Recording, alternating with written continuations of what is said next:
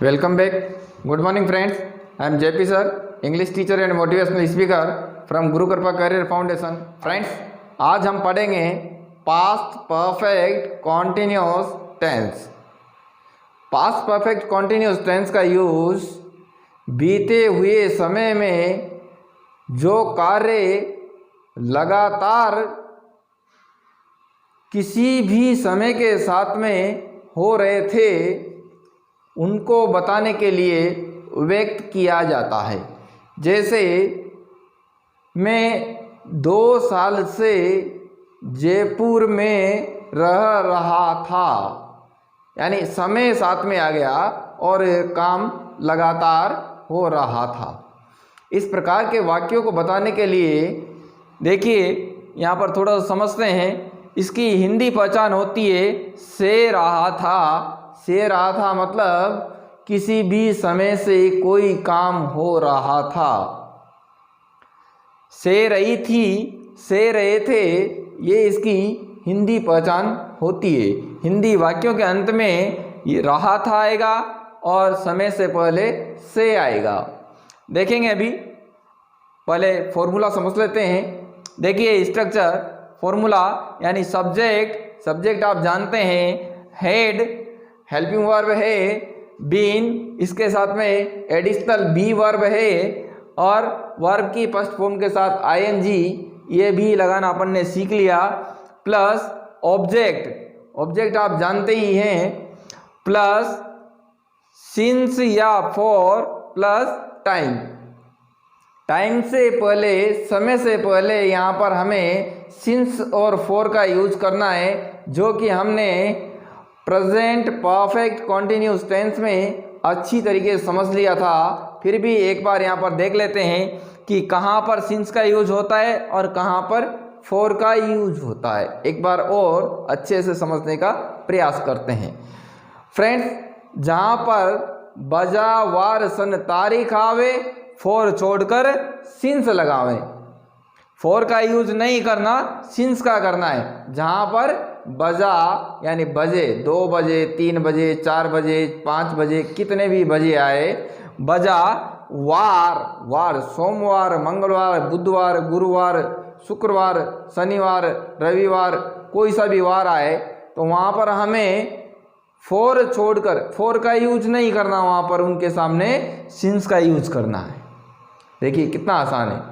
सन आ जाए, सन 1980, 90, 2015, 10, जो भी कोई भी सन आ जाए, कोई से भी सन से कोई काम हो रहा था, आप कर रहे थे, कोई और कर रहा था, तो उसके साथ में सन आ गया तो आपको फॉर का यूज नहीं करना है, उसके साथ में आपको यूज करना है सिंस का। यानी फॉर छोड़कर, फॉर को छोड़ दीजिए और आप उनके साथ में सिंस लगा दीजिए।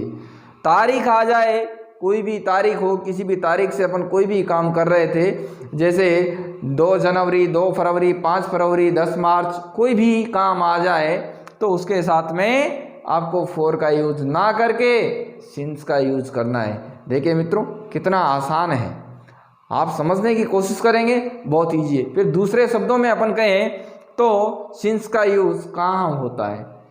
पॉइंट ऑफ टाइम, यानी किसी निश्चित समय बिंदु के साथ में सिंस का यूज करना है। और पीरियड ऑफ टाइम, यानी पर्टिकुलर किसी भी समय अवधि, यानी समय का एक भाग, एक हिस्सा अगर आता है तो उसके लिए फॉर का यूज होता है। फिर थोड़ा सा और समझ लेते हैं। जैसे आ गया 2 बजे से, तो हम इसके साथ में किसका यूज करें? तो इसके साथ में हमें यूज करना है सिंस का, क्योंकि पर्टिकुलर समय बिंदु दिया है 2 बजे से, लेकिन 2 घंटे से तो इसमें समय का नापतोल हो गया कि कितनी देर कोई काम चला था। जैसे इतने समय तक, यानी 2 घंटे, 10 साल, 2 वर्ष, 20 साल, तो ये हो गया एक पर्टिकुलर एक पीरियड, कितने समय के लिए कोई काम हुआ। लेकिन यहाँ पर पीरियड का पता नहीं है, लेकिन यहाँ पर यह पता है कि कब से काम, किस समय से काम शुरू हुआ था। जैसे सुबह से, मैं सुबह से पढ़ा रहा था, कब से हो रहा था? सुबह से, तो समय बिंदु आ गया। लेकिन यहाँ पर मैं कहूँ कि मैं 3 घंटे से पढ़ा रहा था, तो 3 घंटे एक निश्चित एक अवधि, समय की एक अवधि बता दी गई, तो उसके साथ में हमें फॉर का यूज करना है। अब आइए देख लेते हैं इसके थोड़े से एग्जाम्पल्स और समझने की कोशिश करते हैं। अब देखते हैं एग्जाम्पल। मैं सुबह से पढ़ा रहा था। मैं सुबह से पढ़ा रहा था।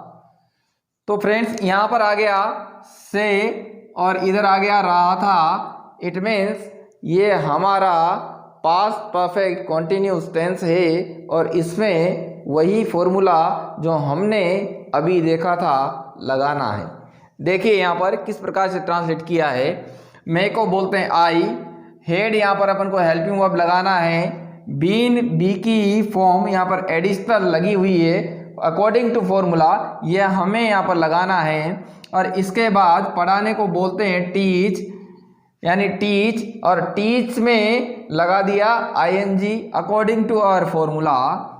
इसके बाद सिंस या फॉर दोनों में से यहाँ पर है टाइम हमारा मॉर्निंग, यानी सुबह से, यानी शुरू होने का टाइम दिया हुआ है, समय बिंदु हमें दिया हुआ है, तो हमें यहाँ पर समय बिंदु के साथ में लगाना है सिंस।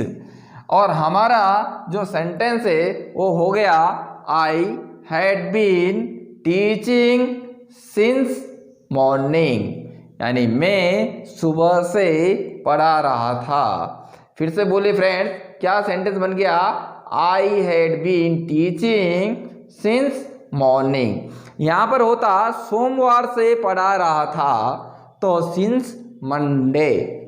यहाँ पर आप कोई भी काम कर रहे थे तो उसके अकॉर्डिंग आप वर्ब चेंज करें, ऑब्जेक्ट चेंज करें और सिंस फॉर का यूज उसी प्रकार से जैसे समझाया गया है अभी उसी क्रम में चेंज करें। देखिए दूसरा सेंटेंस, इससे अपन समझ लेते हैं।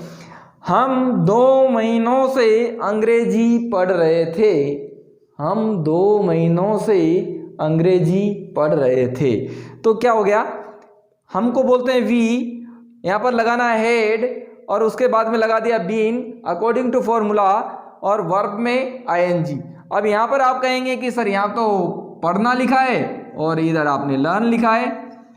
फ्रेंड्स, आप अंग्रेजी रामायण की तरह नहीं पढ़ रहे थे, आप उसको सीखने का प्रयास कर रहे थे। हम कभी कभी क्या करते हैं, किन्हीं चीज़ों को पढ़ देते हैं, समझ में आए तो ठीक, नहीं आए तो ठीक, लेकिन यहाँ पर आप अंग्रेजी अगर पढ़ रहे थे तो उसको सीखने का आप कोशिश कर रहे थे। तो यहाँ पर सीखना आपके लिए वर्ब लगेगी, यानी सेंटेंस आपका क्या है, एग्जैक्ट सेंटेंस कहें तो कि हम 2 महीनों से अंग्रेजी सीख रहे थे। तो इसी प्रकार से जब वो सेंटेंस है तो यहाँ पर वर्ब भी आपका सीखने का लगेगा। तो मैंने यहाँ पर वर्ब लिखी है, आप चाहे तो वहाँ पर रीड लिख सकते हैं और उसमें आईएनजी लगा सकते हैं। We had been learning English. अब कब से सीख रहे थे, कब से पढ़ रहे थे? For 2 months. 2 मंथ्स फ्रेंड्स, यहाँ पर जो टाइम है, टाइम जो है ये टाइम कैसा टाइम है? समय अवधि। यहाँ पर आपके लिए जो समय है वो समय अवधि हो गया है, तो समय अवधि के हिसाब से इसके साथ में लगा दिया 2 मंथ्स। 2 मंथ्स के साथ में लगा दिया हमने यहाँ पर 4। फ्रेंड्स आगे समझेंगे। तुम 5 बजे से खेल रहे थे। कितने बजे से खेल रहे थे? 5 बजे से। तो 5 बजे ये पॉइंट ऑफ टाइम है फ्रेंड्स। क्या है? Point of time. समझने की कोशिश करें, समय बिंदु दिया है, समय अवधि नहीं है। 5 बजे से समय बिंदु है, तो समय बिंदु है तो इसके साथ भी हमें क्या लगाएंगे? सिंस। और इधर लिखेंगे 5 o'clock और आपका सेंटेंस बनेगा you had been playing since 5 o'clock। यहाँ पर 6 बजे का टाइम हो तो आप 6 बजे कर सकते हैं, 10 बजे का टाइम हो तो 10 बजे कर सकते हैं। जो भी टाइम दिया गया है वो आप वहाँ पर लिखें।